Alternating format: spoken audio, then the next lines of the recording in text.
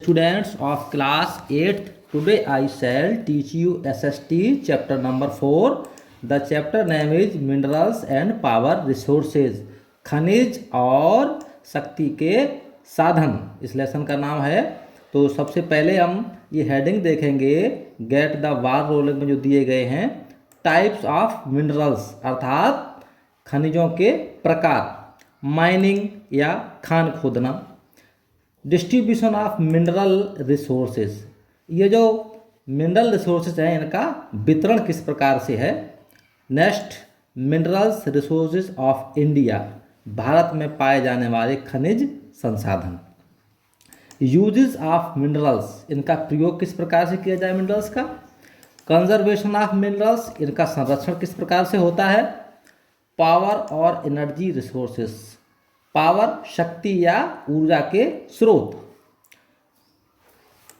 Non conventional power resources, ये जो है वैकल्पिक स्रोत है, नॉन कन्वेंशनल पावर हैं। और लास्ट में होगा conservation of power resources, in power resource का संरक्षण किस प्रकार से किया जाए। तो ज्योग्राफिकल टर्म में सबसे पहले आप फॉसिल का मतलब पढ़ेंगे। फॉसिल माने होता है जीवाश्म। The remains of A pre historic organism preserved in a rock, प्रागैतिहासिक काल की जो चट्टानें हैं उनमें जीवधारियों के अंश पाए जाते हैं या जीवधारियों के अंश सुरक्षित रहते हैं, जिनको हम जीवाश्म कहते हैं। माइनिंग क्या होता है। The extraction of minerals from A mine, किसी खान से खनिजों के निकाले जाने की प्रक्रिया को हम माइनिंग कहते हैं। और का मतलब होता है अयस्क या कच्चा होना। Raw material from which minerals of sufficient value and quantity can be obtained, किसी भी पदार्थ को हम जमीन के अंदर से कच्चे रूप में निकालते हैं और उसकी वैल्यू जो है उस धातु के बराबर ही होती है, तो उस कच्ची धातु को हम ओर कहते हैं या अयस्क कहते हैं। फेरो अलॉय क्या होता है। एन एलॉय ऑफ आयरन, जैसे जिस प्रकार से आप जानते हैं आयरन के भी एलॉय होते हैं। एंड सम अदर एलिमेंट्स, और दूसरे तत्वों की एलॉय होते हैं जो कि मेटल और नॉन मेटल भी हो सकते हैं, उनके अयस्क कह सकते हैं। किसी धातु का अयस्क का होना ये फेरो एलॉय कहलाता है। माइक्रो इलेक्ट्रॉनिक्स मतलब सूक्ष्म बिजली के जो उपकरण होते हैं उसमें जो सूक्ष्म उपकरण होते हैं उनको हम माइक्रो इलेक्ट्रॉनिक कहते हैं। Relating to extremely small electronic devices, अर्थात बिजली की वो संबंधित चीज़ें जो छोटे छोटे डिवाइस के रूप में होती हैं उनको हम माइक्रो इलेक्ट्रॉनिक कहते हैं। ग्रिड का मतलब होता है जाल। The network of power lines, जैसे बिजली की लाइनें हैं, पावर की लाइनें हैं, इनका एक जाल होता है, इसको हम ग्रिड कहते हैं। For electricity supply and transmission, इस जाल के द्वारा बिजली की सप्लाई या आपूर्ति होती है और उसका स्थानांतरण भी होता है, एक स्थान से दूसरे स्थान को बिजली को भेजा जाता है, जिसको हम ग्रिड कहते हैं। और गोबर आप समझ सकते हैं। The term of for cow dung in Hindi, Hindi में इसको गोबर कहते हैं। और ये गाय से संबंधित या जीवधारियों से जो भैंस वगैरह होती है इससे संबंधित होता है, जिसको कि हम गोबर के नाम से जानते हैं। तो आप पॉइंट पे आते हैं, लेसन को शुरू करते हैं। The economic status and development of a country depends upon its capacity to convert the natural resources into useful goods, किसी भी देश का विकास या उसकी आर्थिक स्थिति इस बात पर निर्भर करती है कि वहाँ पर पाए जाने वाले जो प्राकृतिक संसाधन हैं उनका यूज अच्छे से हो पा रहा है या नहीं। जिन देशों में इनका यूज अच्छे से हो रहा है वो देश विकसित श्रेणी में आ रहे हैं, और जिन देशों में इसका यूज सही से नहीं हो पा रहा है वो या पिछड़े हैं या विकासशील देश हैं। Minerals and power resources are the basis for the growth and development of industries in a country, किसी भी देश में मिनरल या पावर रिसोर्स ये आधार होते हैं वहाँ के विकास के लिए, उद्योगों के विकास के लिए, उस देश के विकास के लिए मिनरल और पावर रिसोर्स आधार होते हैं, रीढ़ की हड्डी होते हैं, इनके बिना किसी भी देश का विकास नहीं हो सकता है। Rocks in the lithosphere are composed of one or more minerals, जो चट्टानें होती हैं हमारे स्थल मंडल पर पाई जाने वाली चट्टानें जो है उनका निर्माण जो होता है वो एक एक मिनरल से भी हो सकता है और उसमें चट्टान में कई मिनरल्स भी पाए जा सकते हैं। The rocks do not have a fixed chemical composition. जो चट्टानें होती हैं उनके अंदर कोई निश्चित रासायनिक संरचना नहीं होती है। एक तत्व भी हो सकता है, अनेक तत्व भी शामिल हो सकते हैं। While minerals have it. इसमें अन्य एक भी तत्व पाया जा सकता है मिनरल के रूप में, और बहुत सारे पाए जा सकते हैं। Minerals are composed of one or two elements. जो खनिज होते हैं इनके अंदर भी चट्टानों की भांति ही एक तत्व भी हो सकता है और अनेक तत्व भी शामिल, दो तत्व भी शामिल हो सकते हैं। And they can be identified, और वे पहचाने जा सकते हैं by their physical and chemical properties. अपनी भौतिक और रासायनिक विशेषताओं के आधार पर ही इनको पहचाना जा सकता है। Except fossil fuel. Fossil fuel को छोड़कर, मोस्ट यानी जीवाश्म ईंधन को छोड़कर, most of the minerals are solid. ज़्यादातर यानी अधिकतर जो मिनरल्स होते हैं, खनिज होते हैं, वो ठोस अवस्था में पाए जाते हैं। एंड और इनऑर्गेनिक मटेरियल्स, और ये अकार्बनिक तत्वों पदार्थों से बने हुए होते हैं। They are unevenly distributed and have a variety of impurities. ये असमानता से होते हैं, इनका वितरण असमान होता है और इनके अंदर बहुत सारी अशुद्धियां भी पाई जाती हैं। The minerals provide us with metals and chemicals. Minerals provide us, ये मिनरल हमें प्राप्त होते हैं मेटल के रूप में और केमिकल के रूप में भी हमें ये प्राप्त होते हैं। All types of rocks do not have the same type and quantity of minerals. जितनी भी चट्टानें हैं, all types of do not have a same type, सब एक प्रकार की नहीं होती हैं। एंड क्वांटिटी ऑफ मिनरल्स, इनके अंदर जो मात्रा होती है खनिजों की वो समान नहीं होती, एक जैसी नहीं होती है। Some rocks have a large quantity of minerals. कुछ चट्टानें ऐसी होती हैं जिन चट्टानों में खनिज अधिकता में पाए जाते हैं। Some rocks have a large quantity of a particular minerals, और कुछ चट्टानें ऐसी होती हैं जिन चट्टानों में विशेष खनिज अधिकता में पाया जाता है। These rocks are known as the ore of minerals. ऐसी चट्टानें जिनमें एक कोई विशेष मिनरल पाया जाता है, इनको हम दीज रॉक्स आर नोन, ऐसी चट्टानों को हम कह सकते हैं और माने अयस्क ऑफ मिनरल, उस मिनरल का अयस्क कह सकते हैं। No country in the world, पूरे विश्व में ऐसा कोई देश नहीं है, हैज़ ऑल द मिनरल्स, जहाँ पर सारे के सारे खनिज पाए जाते हों या निकाले जाते हों। अर्थात मिनरल्स जो है हर जगह पर असमानता से होते हैं। The minerals are exhaustible and non renewable resources. ये एक सीमा में होते हैं और नॉन रिन्यूएबल होते हैं, इनको दोबारा से पैदा नहीं किया जा सकता है। The scientist who studies the composition and structure of the earth is called geologist. वे वैज्ञानिक जो अध्ययन करते हैं, पृथ्वी की संरचना और आकृति का अध्ययन करते हैं, ऐसे वैज्ञानिकों को हम जियोलॉजिस्ट कहते हैं। टाइप्स ऑफ मिनरल्स की बात करते हैं, मिनरल्स के कितने प्रकार होते हैं। There are about 3000 different types of minerals found in the lithosphere. स्थल मंडल पर लगभग 3000 से भी अधिक प्रकार के मिनरल्स पाए जाते हैं। Each one has it on characteristics, और प्रत्येक मिनरल्स का अपना एक विशेष लक्षण होता है, उसकी एक विशेषता होती है। On the basis of composition the minerals can be classified into metallic and non metallic minerals. On the basis of composition, रचना के आधार पर मिनरल को हम दो भागों में डिवाइड कर सकते हैं, वर्गीकृत कर सकते हैं। पहला है मेटेलिक और दूसरा है नॉन मेटेलिक। धात्विक खनिज के रूप में और अधात्विक खनिज के रूप में हम इसको क्लासिफाइड कर सकते हैं। The metallic minerals are mostly found in igneous rocks.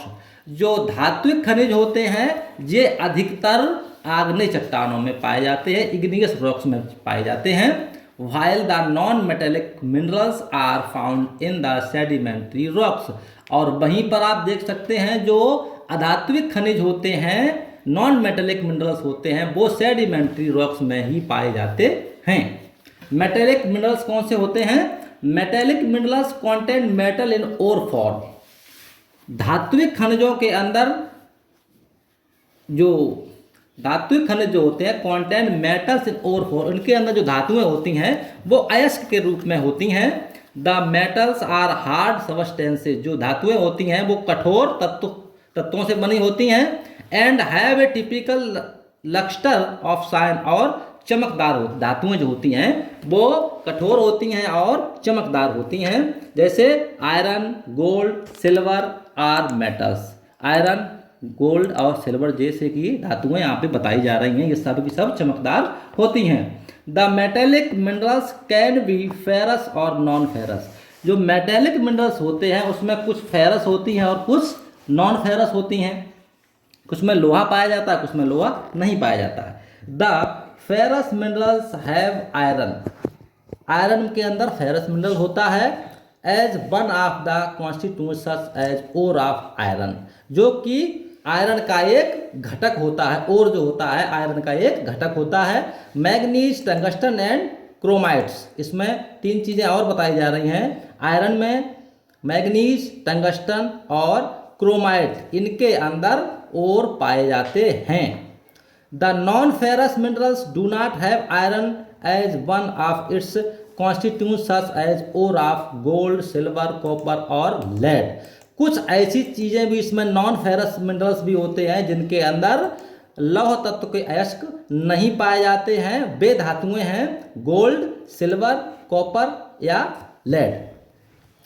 Non metallic minerals कौन से होते हैं? Do not contain metal such as limestone, mica, gypsum, nitrate, potash, sulphur etcetera. जो अधात्विक खनिज होते हैं इनमें लोहा तत्व तो नहीं पाया जाता है। इसमें चूना पत्थर है, माइका है, जिप्सम है, नाइट्रेट है, पोटाश और सल्फर इत्यादि जो दिए जा रहे हैं ये नॉन मेटेलिक मिनरल्स हैं। The minerals fuel such as coal and petroleum are also non metallic minerals. इसमें देखिएगा तो जीवाश्म ईंधन होता है उसमें भी लोहे का तत्व नहीं पाया जाता, जैसे आपका कोयला है, पेट्रोल है, ये भी नॉन मेटेलिक मिनरल की श्रेणी में ही आते हैं। प्रॉपर्टीज ऑफ मिनरल्स, इनके क्या गुण, क्या विशेषताएं होती हैं? The important properties of minerals are as follow, जो कि नीचे दिए जा रही है इसकी विशेषताएं। तो सबसे पहली विशेषता होती है हार्डनेस, अर्थात कठोरता कैसी होती है। It refers to the substance of scratching and breakage. It refers to resistance to scratching and breakage. कठोरता का मतलब क्या है? ये हार्ड होते हैं तो इसका मतलब है इस पर स्क्रैच और ब्रेक ये दोनों चीज़ें आ जाती हैं। इस पर स्क्रैच भी आते हैं और ये टूट भी जाते हैं। Hardness of minerals is measured by मोस स्केल। इसको, इसकी जो कठोरता है उसको मापने का एक पैमाना होता है, उस पैमाने को मोस के नाम से जानते हैं। इससे इसकी कठोरता को, मोह स्केल को इसकी कठोरता नापने में प्रयोग किया जाता है। सेल्यूबिलिटी या तरलता कह सकते हैं। Several minerals like salt are soluble but quartz is insoluble. ज़्यादातर जो होते हैं मिनरल वो कैसे होते हैं? तरल होते हैं, लेकिन क्वार्टज जो होता है वो ठोस के रूप में पाया जाता है, ये इनसोल्यूब होता है। कलर की बात करते हैं, रंग किस प्रकार का होता है, तो ये गुण है। तो colour is any minerals most precious attribute. Colour जो होता है किसी भी मिनरल के लिए बहुत ही कीमती चीज होती है, कीमती गुण होता है। सम मिनरल्स आर कलरलेस, लेकिन कुछ ऐसे खनिज होते हैं जिन जो रंगहीन होते हैं। अदर्स, और दूसरे जो कलरफुल होते हैं उनके कलर कैसे होते हैं? अदर्स आर ग्रीन, मतलब हरे होते हैं, ब्लू नीले होते हैं, पिंक गुलाबी होते हैं, एंड वाइट और सफ़ेद कलर के भी मिनरल्स पाए जाते हैं।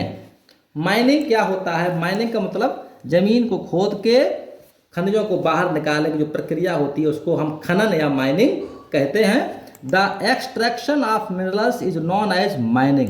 पृथ्वी के अंदर से खोदकर खनिजों को बाहर निकालने की प्रक्रिया को हम माइनिंग कहते हैं।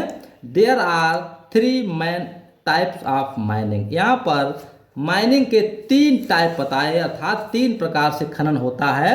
Depending on where and how a deposit is located. ये किस पे आधारित होते हैं? डिपेंडिंग ऑन वेयर, किस स्थान पर ये हैं, और इनके भंडारण को कैसे प्राप्त किया जाए, ये किस स्थान पर स्थित हैं, इसके आधार पर 3 प्रकार से खनन किया जाता है।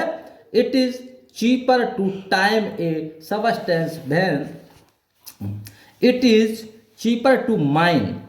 ये सस्ते भी हो सकते हैं यदि माइन करने में, खनन करने में पृथ्वी की ऊपरी सतह से प्राप्त हो जाते हैं तो ये काफ़ी सस्ते सिद्ध होते हैं। तो बता सकते हैं it is cheaper to mine a substance when it is on the earth surface or close to it. यदि ये जमीन की सतह के बिल्कुल पास है या थोड़ा खोदने प्राप्त होते हैं तो काफ़ी सस्ते सिद्ध होते हैं। Many minerals are found deep in the earth, और बहुत सारे मिनरल्स ऐसे हैं जो पृथ्वी के काफ़ी अंदर जाने पर, खोदने पर प्राप्त होते हैं।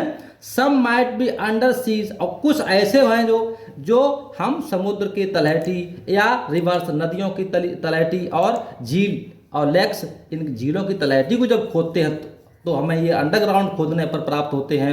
अगेन और दोबारा, मिनरल्स में अक्योर एज ए कॉम्पैक्ट मास और माइट बी वाइडली स्कैटर्ड, और मिनरल अंडरग्राउंड खोदने पर भी ये बहुत कम मात्रा में हमें बिखरी हुई अवस्था में ये होते हैं, तो कम भी प्राप्त हो सकते हैं। निश्चित नहीं कि बड़ी मात्रा में मिल जाए, तो ये स्कैटर्ड होते हैं, बिखरी हुई अवस्था में होते हैं। इनको हम प्राप्त करने के लिए काफ़ी मेहनत करनी पड़ती है। Therefore we have different process to deal with different minerals. अलग अलग मिनरल्स को प्राप्त करने के लिए हमको अलग अलग प्रोसेस अपनानी पड़ती है। तो यहाँ पे 3 प्रकार की जो माइनिंग बताई गई है, वो फर्स्ट माइनिंग है open cast mining, open cast mining. Number 2 पे है placer mining and underground mining. 3 प्रकार की माइनिंग को यहाँ पे डिफाइन किया गया, दर्शाया गया है। तो सबसे पहले ओपन कास्ट माइनिंग की बात करते हैं। ये खुले में हो सकता है और थोड़ी मेहनत से होता है और आसानी से चीज़ें निकल आती हैं। तो open cast mining is carried out when extensive deposits lie near the land surface. इस प्रकार की प्रक्रिया तब होती है जब हमको अपना मिनरल पृथ्वी की सतह के तुरंत नीचे प्राप्त हो जाता है। उदाहरण के लिए फॉर एग्जाम्पल कोल और आयरन ओर, कच्चा लोहा और कोयला पृथ्वी की सतह के बिल्कुल पास पाया जाता है और इसके खनन के लिए हमको ओपन कास्ट माइनिंग की प्रक्रिया करनी पड़ती है। It involves the scooping and stripping. इसमें क्या होता है, तत्वों को निकाला जाता है, उनको इकट्ठा किया जाता है। ऑफ द मिनरल्स ब्रेकिंग, और ये टूट भी जाते हैं। Rock with the help of huge excavators and power shovels. इसको इकट्ठा करने में और तोड़ने में, निकालने में बिजली के फावड़ों का प्रयोग किया जाता है, क्योंकि चट्टान जब टूटती हैं तो उनको इकट्ठा भी करना पड़ता है। और इस प्रकार से कोल और आयरन को हम एक्सीवेट कर सकते हैं, उसका खनन करके उसको इकट्ठा कर लेते हैं। प्लेसर माइनिंग में क्या होता है, प्लेसर माइनिंग की बात करते हैं। तो is placer mining is the use of water to extract the heavy mineral from alluvial or placer deposits. प्लेसर mining में पानी का प्रयोग भी साथ में होता है, मतलब खुदाई के साथ में पानी की भी तेज धार अंदर जाती है जमीन में और मिट्टी को काट के तत्वों को बाहर निकालने में सहायता प्रदान करती है, जहां पर भी इस प्रकार के भंडारण पाए जाते हैं। One such example is the gold breaking sands. इस प्रकार से आप उदाहरण के तौर पर दे सकते हैं, जहाँ पे सोना निकाला जाता है तो वहाँ पर भी इस प्रकार की पानी का यूज होता है। Bearing Sands, gold bearing Sands, इसमें चमकीली मिट्टी निकलती है, उस मिट्टी से सोने को अलग किया जाता है और सोना अलग करके उसको इकट्ठा करके प्यूरिफाई किया जाता है। This process use to gold's high density. इस प्रक्रिया को सोने को अधिक घनत्ववान बनाने के लिए किया जाता है या सोने घनत्व के बढ़ाने के लिए किया जाता है। That makes it sink. इससे क्या होता है, सोना एक सिंक के रूप में हो जाता है, इकट्ठा हो जाता है। टू सेपरेट इट, इसको अलग कर लेते हैं। Most separate it form the lighter Celsius from the lighter Celsius matter with which it is found. इसको ये इस जिस प्रकार से हम सोना देखते हैं इस अवस्था में ज़मीन से नहीं निकलता है, तो जिस जिस आकृति में इसको, जिस अवस्था में इसको हम प्राप्त करते हैं उसको हम इकट्ठा कर लेते हैं। इकट्ठा करने के बाद इसको हम प्यूरिफाई करते हैं, तब सोना हमें इस प्रकार से प्राप्त होता है। सिंस ईयरली 20th सेंचुरी, 20वीं शताब्दी में शुरुआत में dredging has become the most important method to mine placer deposits। जैसा कि आप चित्र में देख सकते हैं प्लेसर माइनिंग किस तरह से किया जा रहा है, तो इसमें बता रहे 20वीं शताब्दी के शुरुआत में ही ये जो ड्रेडिंग जो होती है एक मेथड है सोने को निकालने की, बहुत अच्छी प्रक्रिया है, जिससे इस प्रक्रिया से प्लेजर डिपॉजिट को खोज सकते हैं और सोने को आसानी से निकाल सकते हैं। और थर्ड जो प्रक्रिया है वो आपकी अंडरग्राउंड माइनिंग है। अंडरग्राउंड माइनिंग में क्या होता है? Underground mining is done when the minerals are located deep within the earth. पृथ्वी के काफ़ी अंदर बहुत गहराई पर जाने पर जब खनिज हमें मिलते हैं तो उसे अंडरग्राउंड माइनिंग की प्रक्रिया के द्वारा इनको प्राप्त किया जाता है। You might have seen soft mining in movies, आपने फिल्मों में इस तरह की सॉफ्ट माइनिंग को देखा होगा। Where miners go down a shaft, जहां पर आपने देखा होगा कि जो खनन करने वाले लोग हैं वो एक शाफ्ट या एक सुरंग के माध्यम से नीचे जाते हैं। टनल आर डग, और उसको सुरंग को खोदते हैं। To reach ore where is the dynamited and broken into chunks, और वहाँ पर ये सुरंग को बनाने के लिए डायनामाइट का प्रयोग करते हैं, विस्फोट करते हैं, चट्टानों को तोड़ते हैं टुकड़ों में। And then taken up through another shaft to waiting trucks, और तब उन टुकड़ों को ट्रकों में भर के, जो प्रतीक्षारत ट्रक होते हैं बाहर खड़े रहते हैं, उन ट्रकों में लोड करके बाहर भेज देते हैं। This is the deepest form of underground mining. ये सबसे गहरी माइनिंग होती है और पृथ्वी के अंडरग्राउंड इसी खोदा जाता है। इस प्रकार से coal, gold and copper are some minerals that are mined in this way. इस प्रक्रिया के द्वारा, अंडरग्राउंड माइनिंग के द्वारा हम कोयला, सोना और कॉपर को अंडरग्राउंड माइनिंग की प्रक्रिया से ही प्राप्त कर सकते हैं। इस चित्र में आप अंडरग्राउंड माइनिंग को देख सकते हैं, किस प्रकार से सॉफ्ट के जरिए चीज़ें बाहर निकाली जा रही हैं। ड्रिलिंग, ये एक प्रक्रिया है ड्रिलिंग। तो ड्रिलिंग के माध्यम से हम तेल वगैरह को बाहर निकालते हैं। Drilling is another underground mining process carried out to extract oil और natural gas from deep within the earth. हमारी पृथ्वी के अंदर काफ़ी गहराई में नेचुरल गैस और तेल जो पाया जाता है उसको जो निकालने की प्रक्रिया होती है, बाहर निकालने का जो प्रोसेस होता है, उसको हम ड्रिलिंग कहते हैं। Drilling is done in many ways depending on size of the opening, the type of rocks and the level of mechanism। ये ड्रिलिंग जो होती है कई अवस्थाओं में होती है। ये drilling is done many ways, ये कई तरीकों से होती है, इसके कई स्तर होते हैं। ये किस पर निर्भर करता है? Depending on the size of the opening. ऊपर का जो ओपनिंग वाला हिस्सा है, जो खुला हुआ भाग है, वो किस साइज का है, टाइप ऑफ रॉक्स और चट्टानें वहाँ पर किस प्रकार की हैं, एंड द लेवल ऑफ मैकेनिजेशन, इसमें मशीनीकरण किस प्रकार का प्रयोग किया जा रहा है, ये इस पर ही डिपेंड करता है। तो ड्रिलिंग जो है वो 3 प्रकार से होती है। वहाँ पर चट्टानें देखनी पड़ती हैं, ओपन ऊपर का हिस्सा देखना पड़ता है, और किस प्रकार की मशीनें प्रयोग की गई हैं इस बात का भी ध्यान रखा जाता है। ऑयल ड्रिलिंग का चित्र आप देख सकते हैं, पानी से ऑयल ड्रिलिंग की जा रही है। उसकी बाद में conditions essential for mining of minerals. कुछ ऐसी कंडीशंस हैं जो आवश्यक हैं खान खोदने के लिए, यानी लवणों को बाहर, खनिजों को बाहर निकालने के लिए कुछ एसेंशियल कंडीशंस हैं जो बताई जा रही है। फर्स्ट कंडीशन है मिनरल शुड बी यूजफुल। पहली बात यह है कि मिनरल हमारे लिए कैसे होने चाहिए, उपयोगी होने चाहिए। Number 2, concentration of minerals of deposits must be economically viable. ये मूल्यवान आर्थिक दृष्टि से जो हम खनिज बाहर निकाल रहे हैं वो वैल्यूएबल होना चाहिए, मूल्यवान होना चाहिए, कॉस्टली होना चाहिए, और इस बात की, उसके भंडारण की हमें निश्चित रूप से जानकारी भी होनी चाहिए। Third point, the mining areas must be easily accessible, और जो एरिया है माइनिंग का जो क्षेत्र है वो आसानी से सुलभता से हमें प्राप्त हो जाना चाहिए।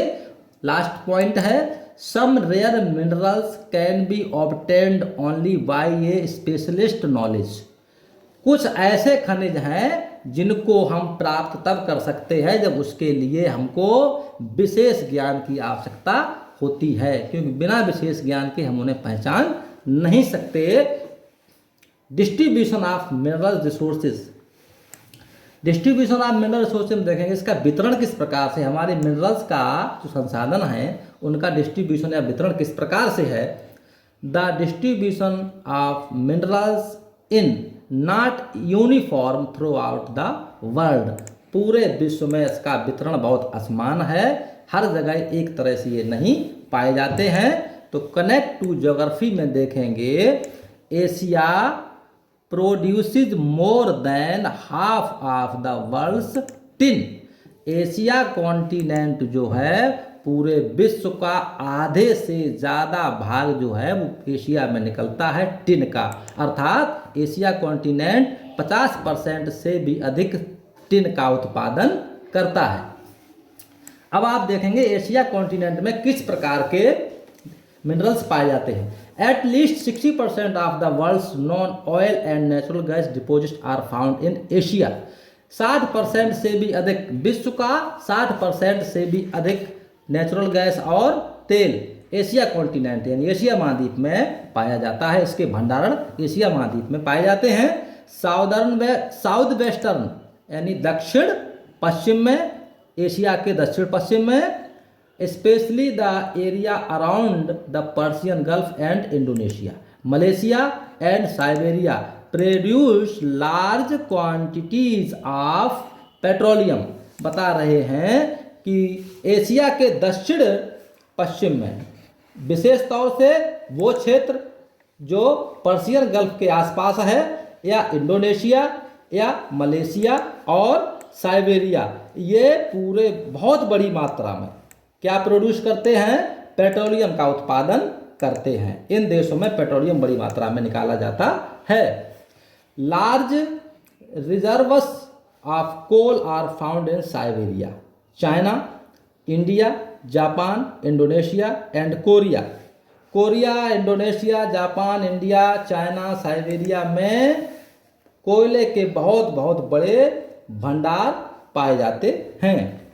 Asia is the primary source of much of the world's tin and graphite. Asia क्या है, Asia is the primary source, ये प्राथमिक स्रोत है और बहुत बड़ी मात्रा में निकलता है। यहाँ पे टिन और ग्रेफाइट का जो उत्पादन है एशिया कॉन्टिनेंट में सबसे अधिकता से होता है। Tin is specially found in the belt running down the Malay peninsula and Indonesia. Tin का जो उत्पादन है वो विशेष तौर से एक बेल्ट के रूप में पाया जाता है। जब हम नीचे की तरफ बढ़ते हैं तो मलय पेनिसुला और इंडोनेशिया में टिन का उत्पादन जो है बहुत बड़ी मात्रा में होता है। Iron ore is extracted in China, India and Siberia. तो आयरन ओर यानी कच्चे लोहे का जो खनन है वो चाइना, इंडिया और साइबेरिया में बड़ी मात्रा में होता है। Sri Lanka and Myanmar are famous for precious gems. Sri Lanka और बर्मा या म्यांमार ये प्रसिद्ध हैं मूल्यवान जेम के लिए, मूल्यवान तत्वों के लिए ये प्रसिद्ध माने जाते हैं। यहाँ पर एंड गोल्ड, यहाँ पर सोना भी निकलता है, निकिल भी निकलता है। And platinum are found in Siberia, और साइबेरिया में प्लेटिनम और निकिल, गोल्ड इत्यादि पाया जाता है। Tungsten, lead, manganese, copper, bauxite as well as phosphates and many other non-metallic minerals are found here, also found here। इसके अलावा tungsten, lead, manganese, copper, bauxite और इसके फॉस्फेट बहुत बड़ी मात्रा में अर्थात नॉन मेटेलिक चीज़ें भी यहाँ पर पाई जाती हैं, अर्थात एशिया कॉन्टिनेंट में पाई जाती हैं। यूरोप की बात करते हैं, यूरोप कॉन्टिनेंट में कौन कौन से मिनरल्स पाए जाते हैं। Coal is found most extensively in Britain, Spain, France and Ruhr Valley of Germany। Belgium, Poland and Ukraine. कोयला जो है वो बहुत बड़ी मात्रा में ब्रिटेन में पाया जाता है, स्पेन में पाया जाता है, फ्रांस और जर्मनी की घाटी रूहर घाटी में पाया जाता है, बेल्जियम में भी पाया जाता है, पोलैंड एंड यूक्रेन में भी कोयला बड़ी मात्रा में पाया जाता है। Oil and natural gas deposit lie through out Europe. पूरे यूरोप में तेल और प्राकृतिक गैस के भंडार पाए जाते हैं। With the two most important regions, दो प्रमुख क्षेत्र हैं जहाँ पे ये चीज पाई जाती है। विद इन यहाँ पे रसिया एंड नॉर्थ सी, उत्तरी सागर और रूस में ऑयल और नेचुरल गैस के बहुत बड़े भंडारण पाए जाते हैं। Norway and the United Kingdom have trapped gas and oil from beneath the North Sea. यहाँ पे देखेंगे नॉर्वे और यूनाइटेड किंगडम में गैस और ऑयल ये दोनों पृथ्वी के नीचे यानी समुद्र की तलहटी से निकाले जाते हैं। Nickel, tin, bauxite, copper, gypsum, manganese, lead and iron ore have been mined extensively and traded. यहाँ पर बहुत बड़ी मात्रा में nickel, tin, bauxite, copper, gypsum, manganese, lead, कच्चा आयरन और कच्चा लोहा हैव बीन माइंड खोदा जाता है, खनन किया जाता है, एक्सटेंपली एंड ट्रेडेड और बहुत बड़ी मात्रा में इसका व्यापार भी होता है। Marble is found extensively in Italy और मुख्य रूप से मार्बल जो है वो इटली में पाया जाता है या इटली से निकाला जाता है। Russia is also rich in precious natural resources. रूस भी एक बहुत धनी देश है। किसके लिए? प्रीसियस नेचुरल रिसोर्सेज, प्राकृतिक संसाधनों के रूप में। यहाँ पर लाइक गोल्ड एंड डायमंड और रूस में सोना और कीमती हीरे निकाले जाते हैं। कनेक्ट टू ज्योग्राफी को देखेंगे। Chile and Peru are leading producer of copper. Chile और पेरू जो है वो यहाँ के बहुत बड़े उत्पादक हैं। यहाँ पर कॉपर का उत्पादन बहुत बड़ी मात्रा में होता है। साउथ अमेरिका यानी दक्षिण अमेरिका की बात करते हैं। Andes range have been large reserves of platinum. Andes जो पहाड़ी क्षेत्र का जो इलाका है, पहाड़ी क्षेत्र है, इस पर प्लेटिनम के भंडार पाए जाते हैं।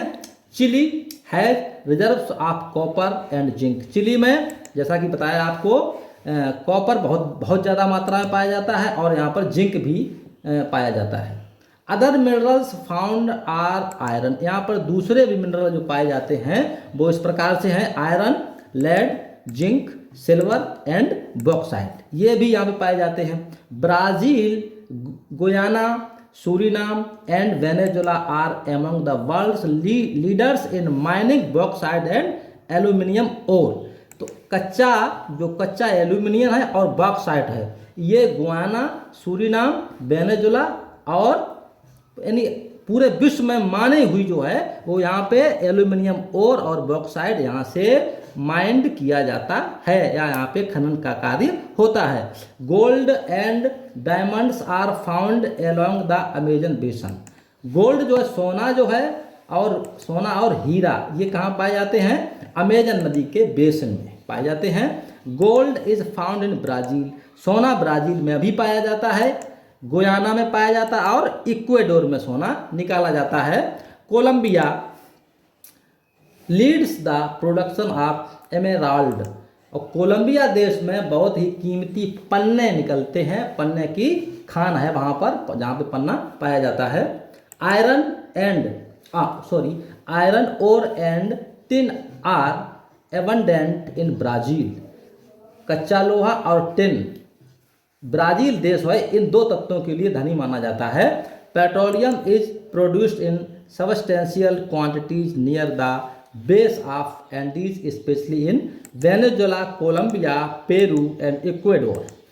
देखिएगा बता रहे हैं petroleum is produced in substantial quantities. थोड़ी मात्रा में पेट्रोलियम भी इन देशों में निकलता है जो कि near the base of Andes specially, जो एंडीज पर्वत के किनारे का जो इलाका है वहाँ पर विशेष रूप से वेनेजुला में निकलता है, कोलंबिया में, पेरू में और इक्वेडोर में पेट्रोलियम पाया जाता है। Argentina and Bolivia export large quantities of natural gas. तो अर्जेंटीना और बोलीविया बहुत बड़ी मात्रा में नेचुरल गैस का निर्यात करता है। कनेक्ट टू ज्योग्राफी में देखेंगे, N ounce of gold can be stretched into a 80 kilometer long wires as flattened into a translucent sheet 10 into 10 metre in area। बता रहे हैं औंस एक इकाई होती है, औंस की जो इकाई है उससे हम सोना तौलते हैं। तो बता रहे हैं कि 80 किलोमीटर, 1 औंस सोने से 80 किलोमीटर लंबा वायर खींचा जा सकता है, जिस वायर से 10 बाई 10 की एक ट्रांसपेरेंट शीट को चपटा किया जा सकता है। अब बात करते हैं नॉर्थ अमेरिका, उत्तरी अमेरिका में कौन से मिनरल्स पाए जाते हैं। Enormous amounts of coal are mined in the Appalachian and Pennsylvania। Enormous amounts of coal, कोयले के बहुत बड़ी मात्रा में कोयला जो है खोदा जाता है अल्पाशियन और पेनिसिल्वानिया में।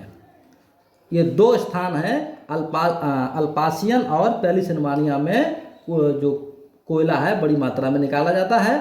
आयरन ओर इज माइंड, जो कच्चा लोहा है इसका खनन होता है near lake superior. Lake superior जो झील है उसके पास से कच्चा लोहा निकाला जाता है। The Canadian shield is also a store house of minerals. जो कैनेडियन शील्ड है, कनाडा की जो शील्ड है, वो बहुत बड़ा भंडारण है वहाँ पे मिनरल्स का। And has large deposit of iron ore, और यहाँ पर कच्चे लोहे के भंडारण भी बहुत बड़ी मात्रा में पाए जाते हैं। Canada has large quantities of nickel. बहुत बड़ी मात्रा में कनाडा में निकिल पाया जाता है। Copper is mined in the Rocky Mountains and around the Great Lakes. Copper is mined, copper का जो खनन है वो जो पर्वतीय क्षेत्र है या जो चट्टानी इलाका है, चट्टानी और पहाड़ी इलाके के चारों तरफ का जो इलाका है, लेक, ग्रेट लेक के मतलब जो बड़ी झीलें हैं उनके इलाकों से भी कॉपर को माइंड किया जाता है। पेट्रोलियम भी यहाँ से निकाला जाता है। Black gold is found in large amounts. Petroleum को हम ब्लैक गोल्ड भी कहते हैं, ये भी यहाँ पर बड़ी मात्रा में पाया जाता है। Major oil fields are located along the Gulf of Mexico. Mexico की खाड़ी के आसपास का जो इलाका है वहाँ पे बहुत बड़ी मात्रा में तेल के क्षेत्र पाए जाते हैं। In US and Mexico, US और यूनाइटेड स्टेट और मैक्सिको में। In the south central USA और दक्षिण मध्य यूएसए में। And California and in Alaska and Alberta in Canada. Alberta एक जगह है जो कनाडा में पाई जाती है, और कैलिफोर्निया, यूएसए, इन सब में तेल के बहुत बड़े भंडारण पाए जाते हैं। Large amounts of uranium, copper, silver, zinc, nickel and lead are found in North America. North यानी उत्तरी अमेरिका में बहुत बड़ी मात्रा में लार्ज अमाउंट्स ऑफ यूरेनियम बहुत बड़ी मात्रा में पाया जाता है। कॉपर भी निकलता है। Silver, zinc, nickel and lead are found in North America. ये सब तत्व तो अमेरिका में निकाले जाते हैं, इनका खनन होता है। Mexico is the world's largest producer of silver and Jamaica is the leading producer of bauxite. विश्व में मैक्सिको जो है विश्व का सोर्स है वो। Mexico is the world's largest producer of silver. Mexico जो है पूरे विश्व में सबसे बड़ा उत्पादक है किसका? सिल्वर का। और Jamaica is the leading producer of bauxite. और जमैका जो है, Jamaica is the leading source of bauxite. तो जमैका देश जो है वो बॉक्साइट का लीडिंग प्रोड्यूसर है। और रेंट्रो in Canada has the world's largest gold mine. और रेंट्रो एक जगह है कनाडा में जो विश्व की सबसे बड़ी खान है, यहाँ पर सोना निकाला जाता है। अब अफ्रीका कॉन्टिनेंट की बात करते हैं। Africa's non minerals wealth places it among the world's richest continents. ऐसा माना जाता है कि अफ्रीका कॉन्टिनेंट जो है वो सभी खनिजों की खान है। यहाँ पर विभिन्न प्रकार के खनिज लवण पाए जाते हैं जो कि पूरे विश्व में सबसे प्रसिद्ध माना जाता है, सबसे रिचेस्ट माना जाता है मिनरल्स के मामले में। It is the world's largest producer of diamond, gold and platinum. 3 चीज़ों का सबसे बड़ा उत्पादक है ये देश, ये continent.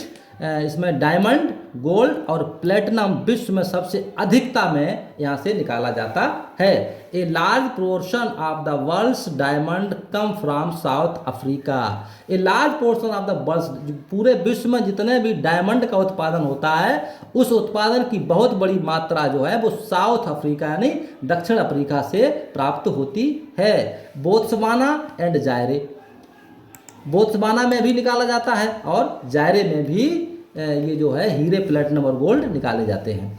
The other minerals found here, यहाँ पे अन्य खनिज भी पाए जाते हैं जो इस प्रकार से हैं, जैसे कॉपर, आयरन, ओर, कच्चा लोहा भी है, कॉपर भी है, यूरेनियम है, कोबाल्ट, क्रोमियम एंड बॉक्साइट भी यहाँ पर बड़ी मात्रा में निकाला जाता है। ऑस्ट्रेलिया की बात करते हैं।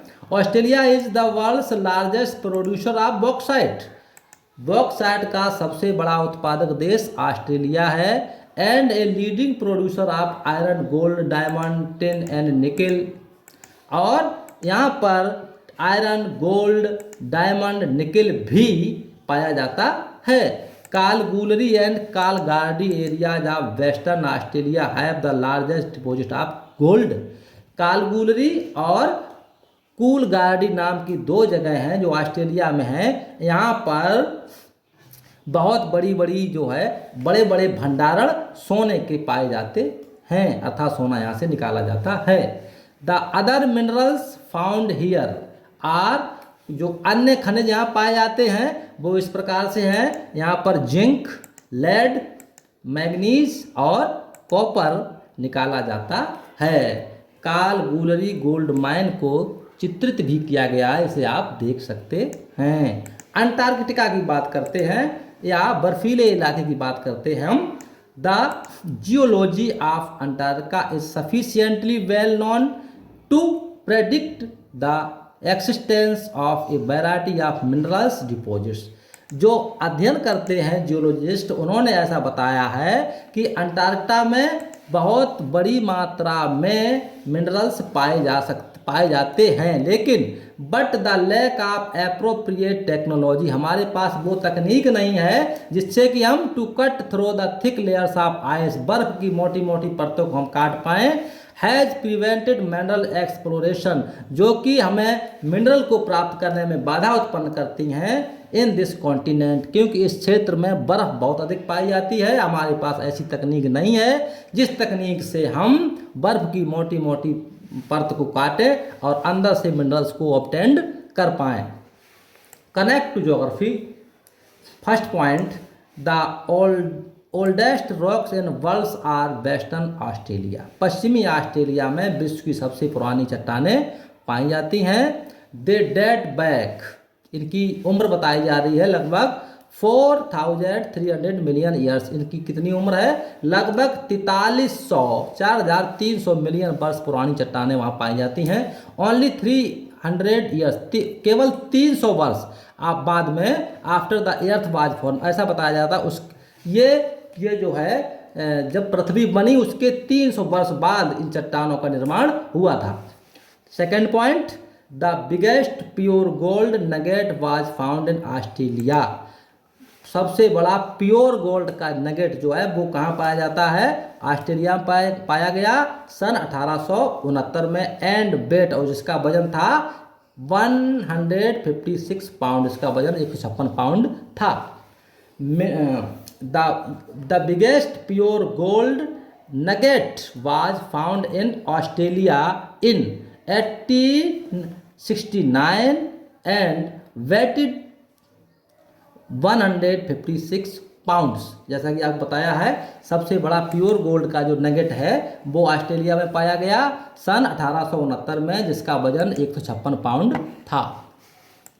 Mineral resources of India, Bharat में किस प्रकार से मिनरल्स किस स्टेट में पाए जाते हैं, इसका यहाँ पे वर्णन किया जा रहा है। और आप चित्र भी देख सकते हैं, distribution of mineral in India में दिया गया है। तो पढ़ेंगे, India is richly endowed with mineral resources, कीमती मिनरल से इंडिया जो है वो काफ़ी धनी देश है। यहाँ पर बहुत सारे प्रकार के मिनरल्स पाए जाते हैं। They provide a strong base of industry, जो कि हमारे उद्योगों को आधार प्रदान करते हैं, हमारे इंडस्ट्री को स्ट्रॉन्ग बनाते हैं। But the distribution of minerals, लेकिन जो इसका वितरण है मिनरल्स का, resources is highly uneven in India, यहाँ पर असमानता से ये मिनरल्स पाए जाते हैं। किसी स्टेट में बहुत ज़्यादा पाए जाते हैं, किसी स्टेट में बहुत कम पाए जाते हैं। The Chota Nagpur plateau, the Deccan plateau and Damodar valley are rich in minerals. तो बता रहे 3 स्थान बहुत धनी माने जाते हैं मिनरल्स के मामले में, छोटा नागपुर का पठार और दक्षिण का पठार और दामोदर नदी की घाटी, ये जो है बहुत रिच है, बहुत धनी है मिनरल्स के मामले में। लेकिन वट इंडिगो जेनेटिक प्लेन्स, जो गंगा और सिंधु नदी के बीच का जो क्षेत्र है, plains do not have sufficient mineral resource, यहाँ पर पर्याप्त मात्रा में मिनरल रिसोर्स नहीं पाए जाते हैं। Major mineral and power resources in India, प्रमुख खनिज और शक्ति के संसाधन भारत में जो डिस्ट्रीब्यूशन है वो बताया जा रहा है। सबसे पहले बॉक्साइट की बात हो रही है, कहाँ कहाँ पाया जाता है। झारखंड, बॉक्साइट जो है वो झारखंड में पाया जाता है। स्थान का नाम है लोहरडागा, ये झारखंड में पड़ता है। छत्तीसगढ़ में कोरबा नाम की जगह, वहाँ पे बॉक्साइट निकलता है। महाराष्ट्र में भी निकलता है। उड़ीसा और तेलंगाना में बॉक्साइट निकाला जाता है। क्रोमियम, उड़ीसा, झारखंड, कर्नाटका एंड महाराष्ट्र में क्रोमियम निकाला जाता है। कोल, झारखंड में झरिया और बोकारो और करमपुरा में निकलता है। उड़ीसा में तलचर में निकलता है। एमपी में संगरौली में निकलता है। छत्तीसगढ़ में कोरबा में निकलता है। वेस्ट बंगाल में रानीगंज में निकलता है। तमिलनाडु में नैवेली नाम की जगह वहाँ पे निकलता है और यहाँ पे लिग्नाइट टाइप का कोयला पाया जाता है। और तेलंगाना में भी कोयला निकाला जाता है। कॉपर, झारखंड सिंहभूम और हजारीबाग जिलों में कॉपर निकाला जाता है। राजस्थान में खेतरी नाम की जगह है और छत्तीसगढ़, एमपी और तेलंगाना में कॉपर निकाला जाता है। डायमंड की बात करते हैं, मध्य प्रदेश में पन्ना नाम की एक जगह है, वहाँ पे हीरा निकाला जाता है।